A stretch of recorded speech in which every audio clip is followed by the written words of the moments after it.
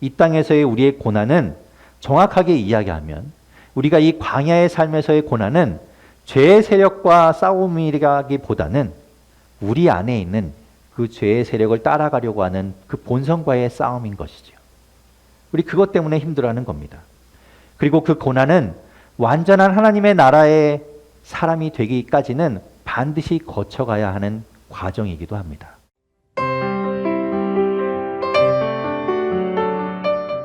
발전하고 성장하는 기업들을 보면 그 기업들은 자신들의 현실을 정확하게 직시하지요. 지금 현재 자신들의 위치가 어디쯤에 있는가, 자신들이 무엇을 잘하는가, 강점이 무엇인가, 또 그들의 약점은 무엇인가를 수시로 파악하고 약점은 보완하고 강점은 키워나가는 그런 전략을 핍니다. 그래야 다가올 미래를 준비할 수 있기 때문이죠. 그 기업이 바로 건강한 기업이 됩니다. 우리 신앙도 마찬가지입니다. 그냥 믿으면 되는 거 아닌가, 그냥 교회 다니면 되는 거 아닌가 이렇게 생각할 수도 있겠지만 그렇다면 성장할 수 없습니다. 조금 더 성숙한 신앙을 포기하는 것과 마찬가지입니다. 그것이 옳은 것이라면, 그렇게 해도 상관없다면 아마 사도 바울은 굳이 이 로마서를 쓰거나 다른 서신서를 통해서 교회들의 또 성도들에게 이런저런 이야기를 하지 않았을 겁니다. 그냥 내버려 두었겠지요. 알아서 잘 되도록. 하지만 바울은 포기하지 않습니다. 그 교회들 하나하나마다, 한 사람 한 사람마다 정말 성장하길 원하고 그들이 하나님 앞에서 성숙하기를 원하면서 편지를 쓰고 또 직접 방문해서 그들을 가르치고 애씁니다. 평생을 그렇게 살았습니다. 어린아이와 같기를 바라지 않았지요.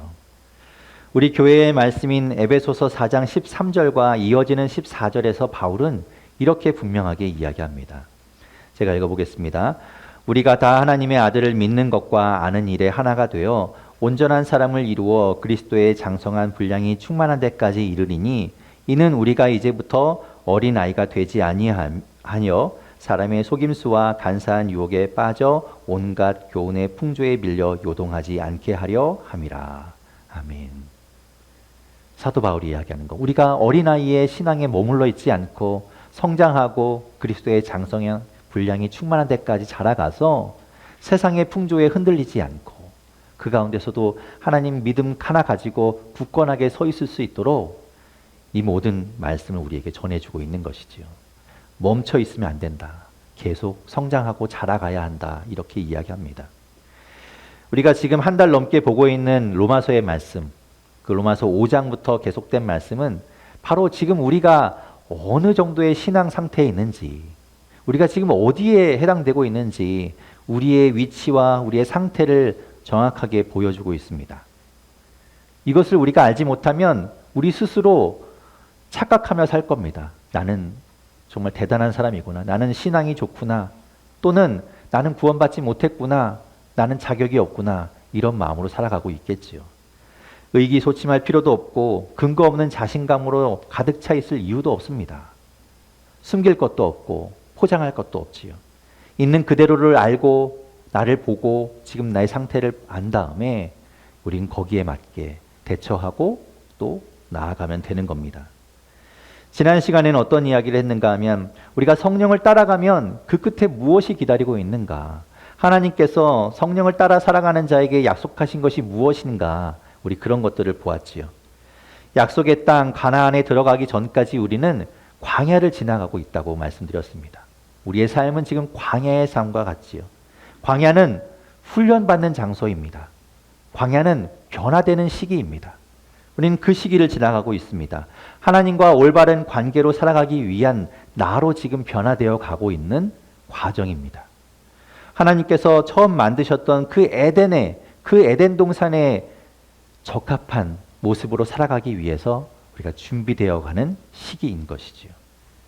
그 올바른 관계를 맺는 우리를 성경에서는 여러 가지 표현으로 이야기합니다. 하나님의 백성이라고도 이야기하고, 지난주에 본 것처럼 하나님의 자녀, 양자라고도 이야기하고, 6장 18절에서는 의의 종이라고도 이야기합니다.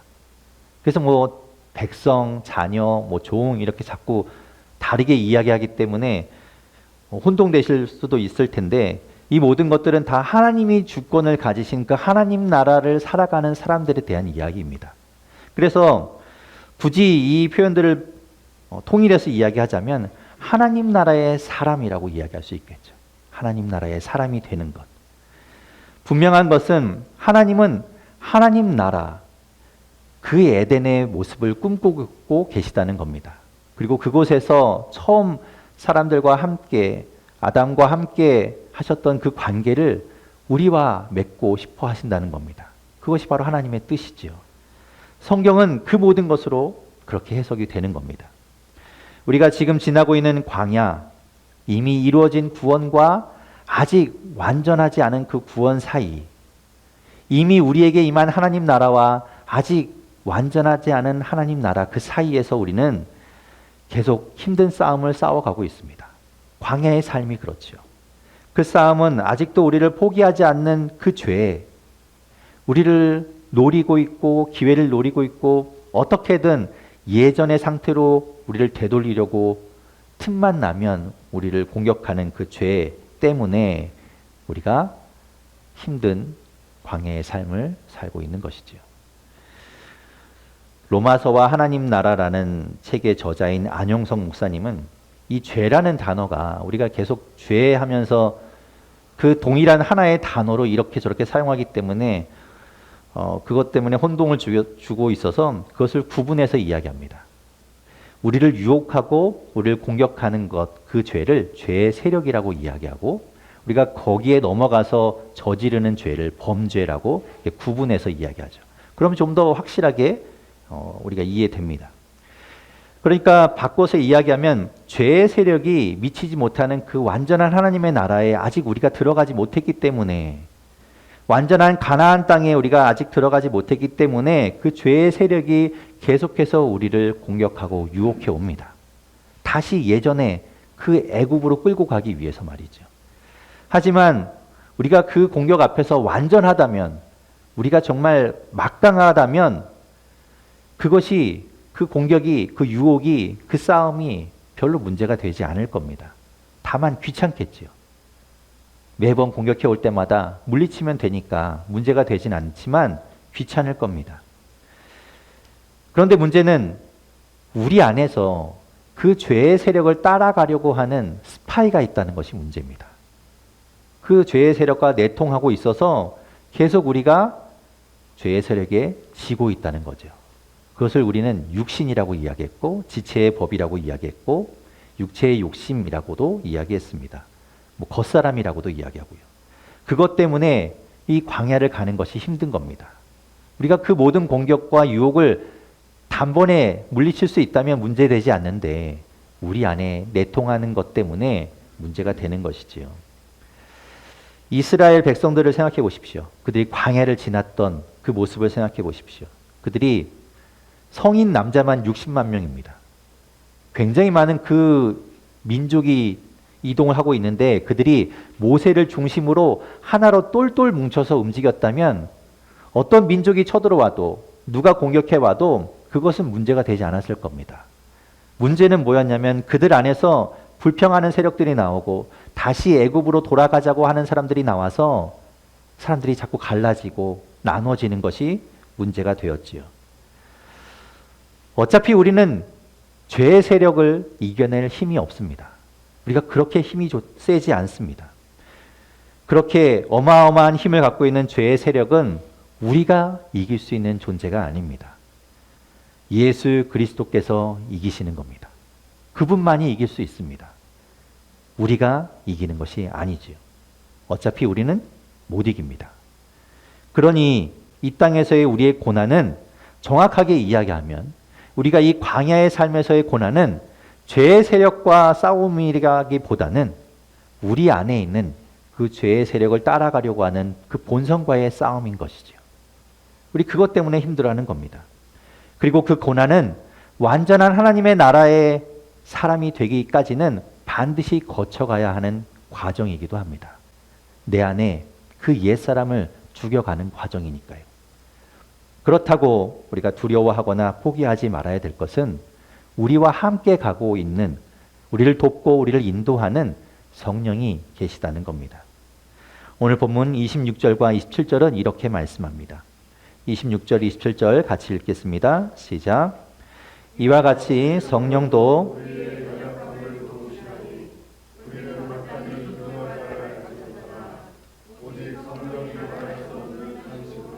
우리를 위하여 친히 간구하시느니라. 마음을 살피시는 이가 성령의 생각을 아시나니 이는 성령이 하나님의 뜻대로 성도를 위하여 간구하심이니라. 아멘. 우리가 그렇게 연약한 존재라는 것을 하나님은 알고 계십니다. 우리가 그 죄의 세력으로부터 싸워서 이길 수 있는 존재가 아니라는 것 하나님이 알고 계시죠. 그래서 그것을 아시기 때문에 우리 혼자로는 그 싸움에서 이길 수 없다는 걸 아시기 때문에 성령을 우리에게 보내주신 겁니다. 우리는 어떻게 기도해야 하는지 또 무엇을 기도해야 하는지조차도 모릅니다. 왜 그런가 하면 우리가 싸우고 있는 실체가 무엇인지도 모르고 있기 때문이죠.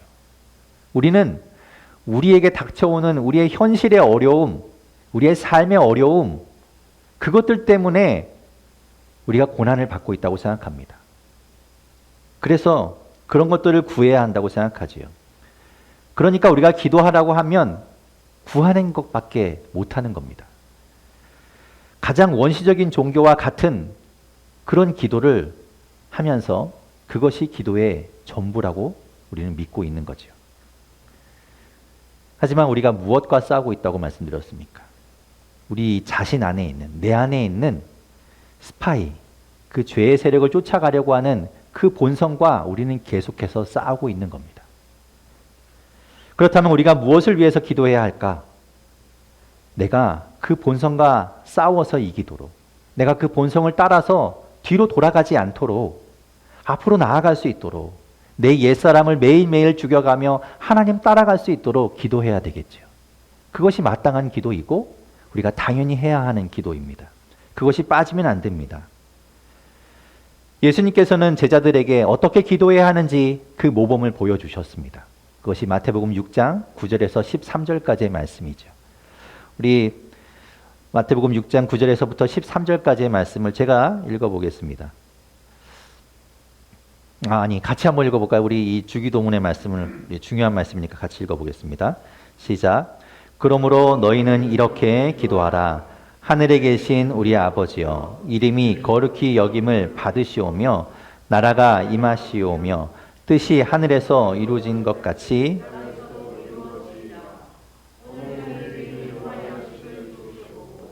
우리가 우리에게 죄 지은 자를 사하여 준 것 같이 우리 죄를 사하여 주시옵고 우리를 시험에 들게 하지 마시옵고 다만 악에서 구하시옵소서. 나라와 권세와 영광이 아버지께 영원히 있사옵나이다. 아멘. 우리가 나중에 이제 우리가 지금 성경을 쭉 보고 있는데 그것이 끝나면 이 주기도문도 수요 말씀 스터디에서 좀 자세하게 우리가 공부할 겁니다. 그런데 그때까지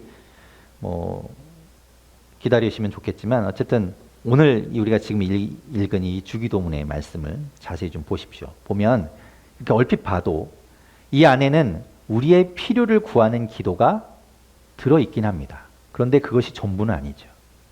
그것을 하지 말라는 것은 아닙니다. 있어야 합니다. 있긴 하지만 대부분의 기도는 어떤 내용을 가지고 있는가? 하나님의 나라, 하나님의 뜻이 무엇인가, 그리고 그 뜻이 이루어지기를 구하는 내용이 대부분입니다. 그것을 위해 기도하라는 거죠. 우리가 이런 기도를 못하기 때문에 성령이 친히 우리 안에서 그 하나님의 뜻에 맞는 기도를 하고 계시다는 겁니다. 하나님 나라의 사람은 기도뿐만 아니라 모든 것이 하나님께 맞춰져야 하는 겁니다. 그런 사람이 바로 하나님 나라의 사람이죠. 지난 시간에 우리가 잠깐 인용해서 보았던 말씀이 있습니다. 마태복음 16장 24절의 말씀이죠. 제가 읽어보겠습니다. 이에 예수께서 제자들에게 이르시되 누구든지 나를 따라오려거든 자기를 부인하고 자기 십자가를 지고 나를 따를 것이니라. 아멘. 이 말씀이 어떤 말씀인가? 바로 하나님 나라의 사람이 되어가는 길, 그 방법에 대한 말씀입니다. 예수님께서는 빌립보 가이사랴에서 제자들에게 나를 어떻게 생각하냐 물으셨죠. 그때 베드로가 대답합니다. 주는 그리스도시요 살아계신 하나님의 아들이십니다. 참으로 완벽한 고백을 했습니다. 예수님께서도 기뻐하셨습니다. 그래서 그 뒤에 예수님은 어떤 말씀을 제자들에게 하시는가 하면 이제 앞으로 예수님께서 어떤 일을 당하게 되시는지, 어떤 일을 하시게 되시는지 그 순환에 대한 이야기를 하셨습니다. 대제사장들과 장로들에 의해서 죽임을 당하고 제3일에 살아나게 될 것이라는 것을 그제서야 제자들에게 이야기하시죠. 그때 그렇게 완벽한 신앙 고백을 했던 베드로가 예수님을 막아섭니다. 그렇고 이렇게 이야기합니다. 안 됩니다. 그럴 수 없습니다. 그런 일은 일어나서는 안 됩니다. 예수님은 베드로를 꾸짖습니다. 하나님의 일을 생각하지 않고 사람의 일만을 생각한다고 엄히 혼내십니다.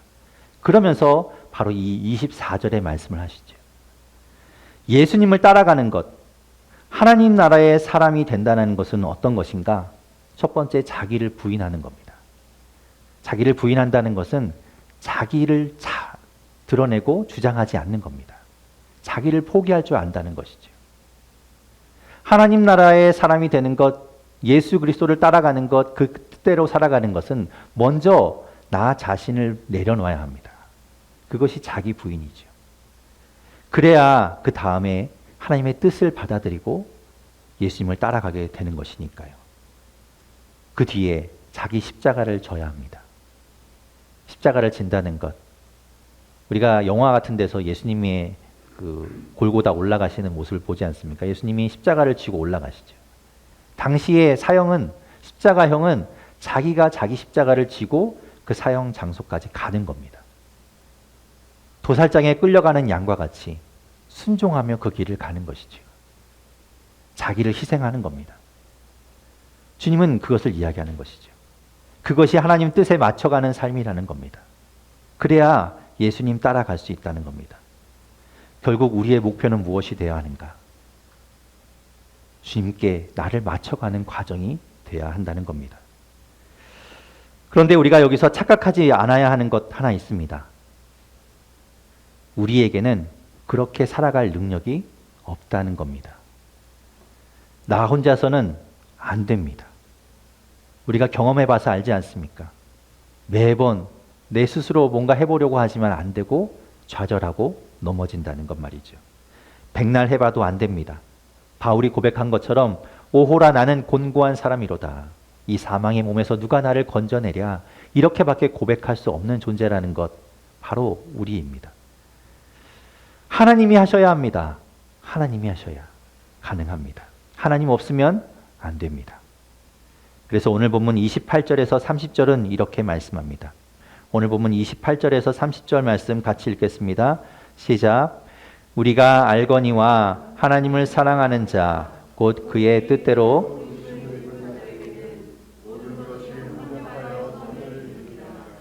하나님이 미리 아신 자들을 또한 그 아들의 형상을 본받게 하기 위하여 미리 정하셨으니 이는 그로 많은 형제 중에서 맏아들이 되게 하려 하심이니라. 또 미리 정하신 그들을 또한 부르시고 부르신 그들을 또한 의롭다 하시고 의롭다 하신 그들을 또한 영화롭게 하셨느니라. 아멘. 오늘 우리가 지금 보고 있는 이 본문 안에는 지금 또 우리가 읽은 이 28절에서부터 30절까지의 말씀, 이 본문 안에는 신학적인 용어들이 굉장히 많이 나옵니다. 중요한 교리들, 중요한 신학적 용어들이 잔뜩 등장합니다. 부르심, 소명, 콜링이라고도 말하죠. 그리고 예지, 예정, 예정자매 말고요. 예정, 또 뭐 칭의, 성화, 영화 이런 단어들이 바로 본문에 나오진 않지만 그런 개념의 용어들이 이제 이 안에서 나온 겁니다. 각각이 무엇을 의미하는가 중요하죠. 그거 알면 좋습니다.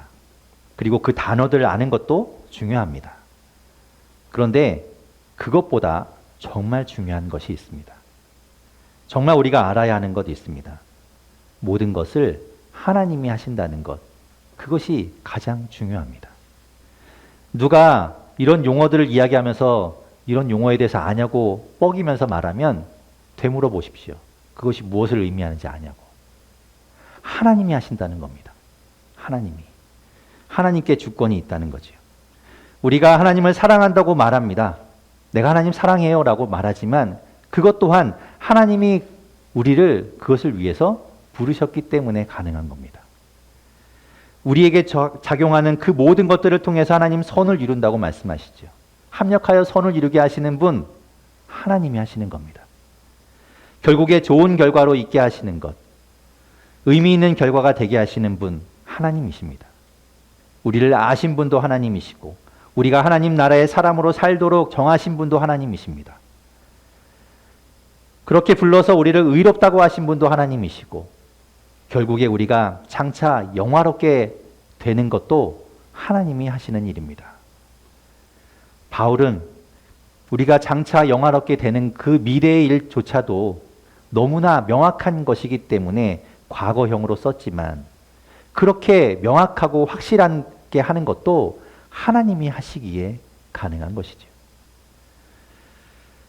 우리가 나 자신의 본성과 싸워가며 지금 이 광야 같은 삶에서 성화되어 가고 있는 이 모든 것도 내가 혼자 하는 것 아니라 하나님이 하시는 겁니다. 성령 하나님이 없으면 아무것도 할 수 없습니다. 불가능합니다. 우리가 유일하게 하는 것, 그것은 예수 그리스도를 믿고 그분을 우리의 주님으로 받아들이는 것뿐이죠. 나머지는 다 하나님이 하시는 겁니다. 하나님께 주권이 있습니다. 그것이 바로 하나님 나라입니다. 결코 내가 했다고 자랑할 수 없습니다. 고린도전서 1장 30절과 31절에서 바울은 이렇게 이야기합니다. 세 번역으로 고린도전서 1장 30절과 31절 말씀을 세 번역으로 같이 읽어보겠습니다. 시작. 그러나 여러분은 하나님의 자녀로서 그리스도 예수 안에 있습니다. 의와 거룩함과 구원이 되셨습니다. 그것은 성경에 기록되어 있는 바 누구든지 자랑하려거든 주님을 자랑하라 한 대로 되게 하시려는 것입니다. 아멘. 우리가 한 것이 없습니다. 그러니 우리가 자랑할 수 있는 것 바로 주님밖에 없는 것이죠. 주님이 다 하셨으니까 우리의 유일한 자랑은 주님이 되는 겁니다. 이제 바울은 우리의 현재, 우리의 상황을 보면서 이런 결론으로 나아갑니다. 오늘 본문 31절에서 34절까지의 말씀입니다. 31절부터 34절까지 말씀 같이 읽겠습니다. 시작. 그런즉 이 일에 대하여 우리가 무슨 말을 하리요? 만일 하나님이 우리를 위하시면 누가 우리를 대적하리요? 자기 아들을 아끼지 아니하시고 우리 모든 사람을 위하여 내주신 이가 어찌 그 아들과 함께 모든 것을 우리에게 주시지 아니하겠느냐? 누가 능히 하나님께서 택하신 자들을 고발하리요? 의롭다 하신 이는 하나님이시니 죽으실 뿐 아니라 다시 살아나신 이는 그는 하나님 우편에 계신 자요 우리를 위하여 간구하시는 자시니라. 아멘. 하나님이 그렇게 다 하십니다. 하나님이 그렇게 다 하시는데 우리가 무엇이 더 필요하고 우리가 무엇을 더 말하겠습니까?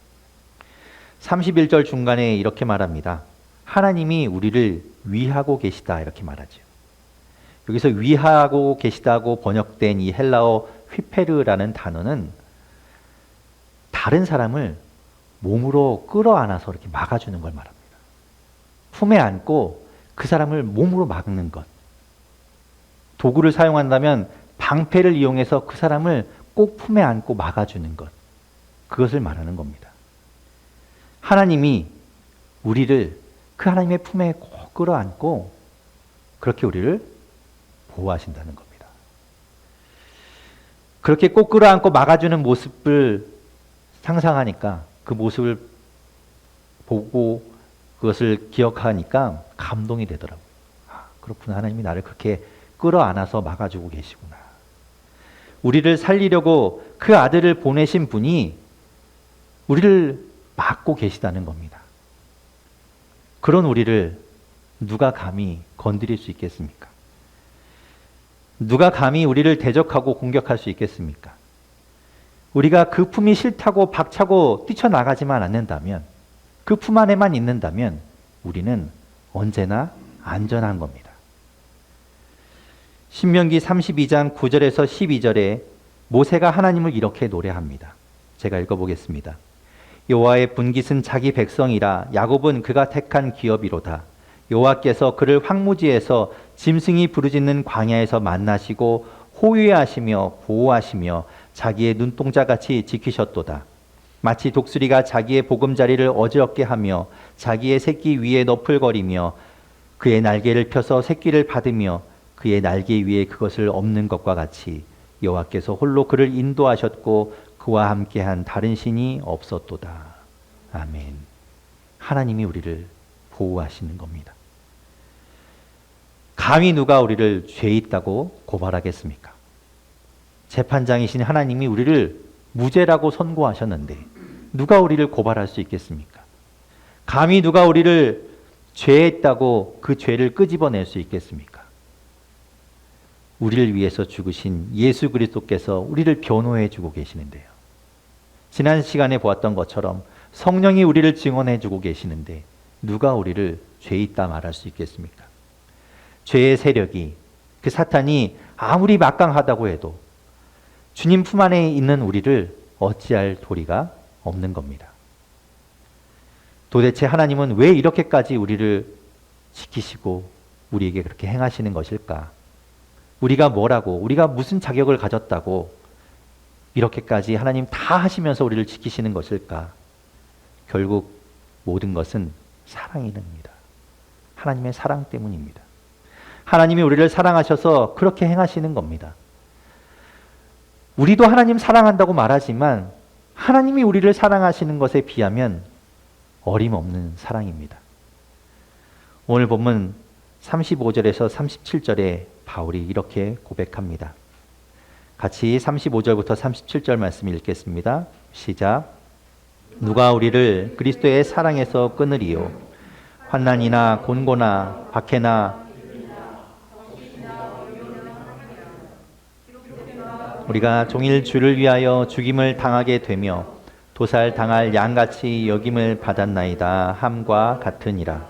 그러나 이 모든 일에 우리를 사랑하시는 이로 말미암아 우리가 넉넉히 이기느니라. 아멘. 이 말씀이 칼빈, 우리가 종교개혁자 존 칼빈 알죠? 그 칼빈이 이야기했던, 그 칼빈을 따르는 칼빈주의 5대 교리 중에 하나입니다. 5대 강령이라고도 이야기하는 그 5번째 그 교리인 성도의 견인이 바로 이 말씀입니다. 하나님이 우리를 사랑하셔서 우리를 끝까지 그 구원의 완성까지 끌고 가신다는 겁니다. 참고로 말 나온 김에 말씀드리면 그 5대 교리가 이런 겁니다. 우리 모두는 타락했다. 전적 타락. 그리고 하나님의 구원은 선택, 조건이 없는 선택 가운데 이루어진다. 무조건적 선택. 그리고 하나님은 택하신 자를 구원하시고 그들을 속죄하신다는 제한적 속죄. 그리고 하나님의 은혜는, 그 은총은 거부할 수 없는 불가항력적 은총. 그리고 성도의 견인. 이런 것이 5대 교리입니다. 어쨌든 중요한 것은 그 5대 교리가 뭐냐, 그 용어가 뭐냐 이런 것보다 이것을 기억하시면 됩니다. 하나님의 그 사랑이 얼마나 단단하고 얼마나 큰지, 우리가 인생에서 겪는 모든 어려움, 이 어려움은 아까 앞에서 보았던 것처럼 우리 안에서의 싸움과 그 고난의 문제가 아니라 삶에 있어서의 모든 어려움, 고난이죠. 누구나 겪는 어려움입니다. 그런 어려움과 그런 위기와 그런 문제 앞에서 어떤 것도 그 하나님의 사랑을 우리에게서 뺏어갈 수 없다는 겁니다. 외부에서 오는 그 절망케 하는 어떤 상황도 하나님의 사랑을 우리에게서 끊을 수 없다는 겁니다. 환난은 외부에서 가해오는 압력입니다. 억압입니다. 그리고 곤고는 내가 좁혀지고 갇혀져서 느껴지는 그 고통, 그 고난을 말하죠. 괴로움을 말합니다. 그리고 다른 것들은 아실 만한 내용이고 적신, 헐벗고 가난하게 되는 것. 그리고 칼, 죽음의 위협입니다. 그런 것들이 우리 삶에 닥쳐온다고 해도 우리를 향한 하나님의 사랑을 끊을 수 없다 말합니다. 바울은 그러면서 시편 44편 22절을 인용해서 이야기합니다. 인생의 어려움에 처한 우리의 모습을 그것으로 그려보고 있습니다. 원래 시편 44편의 말씀은 이런 겁니다. 대적들이 나를 둘러싸서 내가 그렇게 공경에 처해 있다라는 것을 말하는 내용이죠. 그리고 그 뒤에 그러니 하나님 나를 구해 주십시오. 이렇게 말하는 것이 시편 44편입니다. 그와 마찬가지로 우리도 인생의 어려움 가운데 처해 있고 또 얼마든지 처할 수 있습니다. 벼랑 끝에 몰릴 수 있습니다. 하지만 하나님이 우리를 사랑해서 붙들고 계시기 때문에 그 사랑 때문에 우리가 용기를 내고 헤쳐나갈 수 있는 겁니다. 어떻게 알 수 있는가? 어떻게 자신할 수 있는가? 바울이 그것들을 직접 겪었거든요. 그리고 자기가 그 경험해 본 것들을 이야기하는 겁니다. 우리는 살면서 하나도 경험하기 힘든 이 일을 바울은 모두 다 경험했습니다.